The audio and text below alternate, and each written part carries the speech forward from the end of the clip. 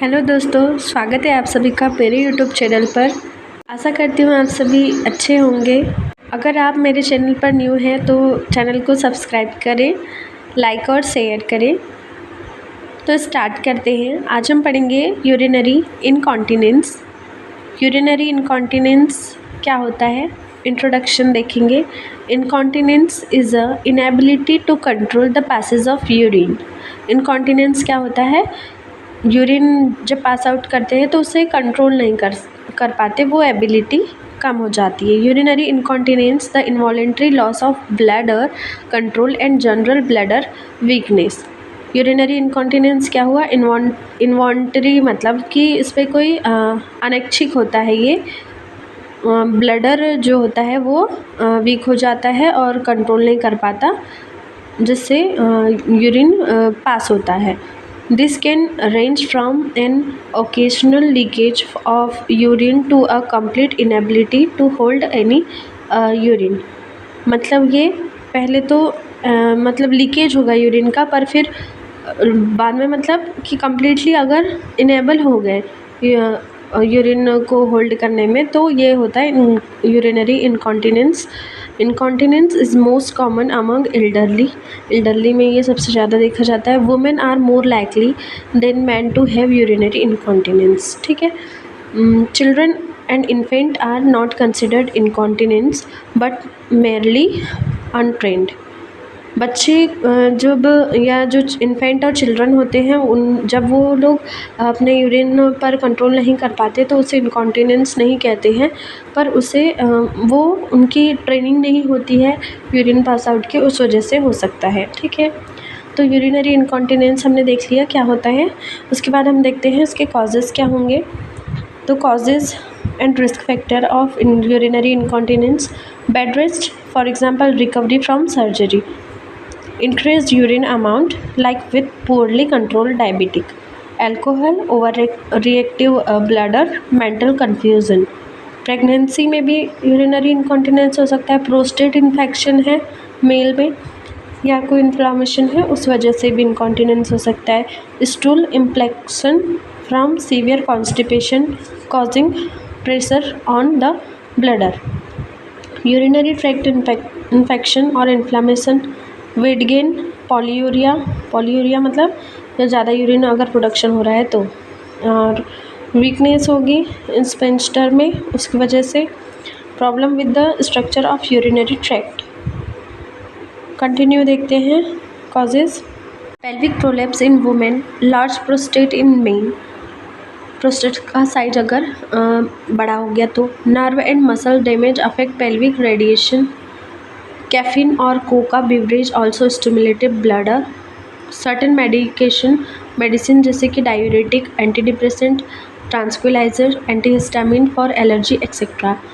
Alzheimer disease, multiple sclerosis, Parkinson disease और stroke and spinal cord injury, ये सारे क्या होंगे यूरिनरी इनकॉन्टिनेंस के पॉजिटिव फैक्टर। फिर आता है टाइप क्या होते हैं इनकॉन्टिनेंस के।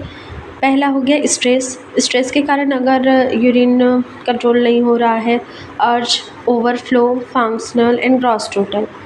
पहला है stress incontinence. It is involuntary loss of urine during action such as coughing, sneezing and lifting that put abdominal pressure on the bladder. ठीक है। कफिंग स्नीजिंग के कारण ब्लैडर पर जो प्रेशर आता है उसके कारण अगर इनकॉन्टिनेंस हो रहा है।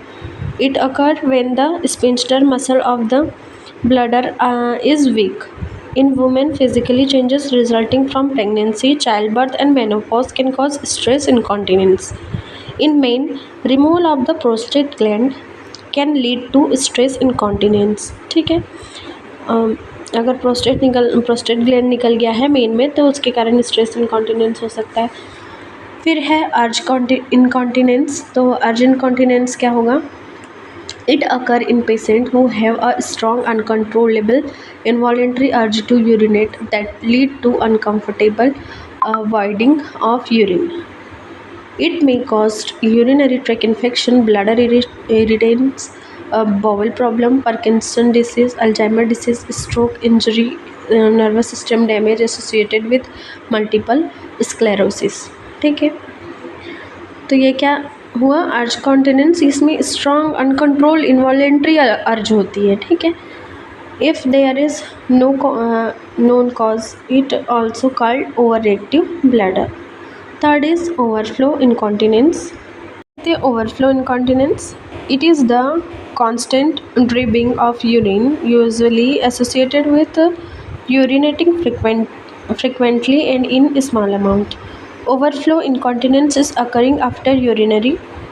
This type of incontinence may occur in people with a damaged bladder. ठीक है, blocked urethra and nerve damage from diabetes and in men with prostate gland problems. Functional incontinence. Many older adults, especially people in nursing home, experience incontinence simply because a physical or mental impairment keeps them from making it to the toilet in time. For example, a person with severe arthritis may not be able to unbutton his or her part quickly enough. तो ये हो गया functional incontinence. ठीक है, older people जैसे हो गए, उन लोगों को फंक्शनल इनकॉन्टिनेंस होता है। Gross total incontinence, it is described as continuous leaking of urine day and night or periodically uncontrollable leakage of large volume of urine. In this, the bladder has no strong storage capacity नहीं होती जिसमें। Some people have this because of anatomical defect. Okay, this can caused by injuries to spinal cord or urinary system or by the abnormal opening called fistula between the bladder and adjacent such as vagina. किसी injury के कारण भी ये gross total urinary incontinence हो सकता है। Clinical manifestation देखते हैं क्या क्या साइन होते हैं। सेंसरी साइन क्या होंगे, ऑडर ऑफ यूरिन और faeces in the room, swelling of undergarments और bed linen, irritant of perineal area, accident while engaged in physical activity, sneezing, coughing. Emotional sign, anger, decline in social activity, desire from attention. ये हो गया clinical manifestation जिसमें sensory और emotional sign देख लिया। इसके बाद हम देखते हैं डायग्नोसिस इवैल्यूएशन क्या क्या कर सकते हैं यूरिनरी इनकॉन्टिनेंस के लिए। Urine analysis and urine culture, residual urine measurement, vagina and anal examination, urodynamic study, serum electrolyte, calcium level और blood urea nitrogen BUN, creatinine level check कर सकते हैं, स्पाइनल की MRI करा सकते हैं, अल्ट्रासोनोग्राफी, सिस्टो यूरेथ्रोग्राफी करा सकते हैं, इंट्रावेनस पाइलोग्राफी, ठीक है, फ्लोरोस्कोपी या वीडियो यूरोडायनामिक्स करा सकते हैं, यूरोफ्लोमीटर, साइटोमीटर एंड यूरेथ्रल प्रेशर प्रोफाइलोमेट्री करा सकते हैं, इलेक्ट्रोमायोग्राफी भी डायग्नोस्टिक इवैल्यूएशन में आता है।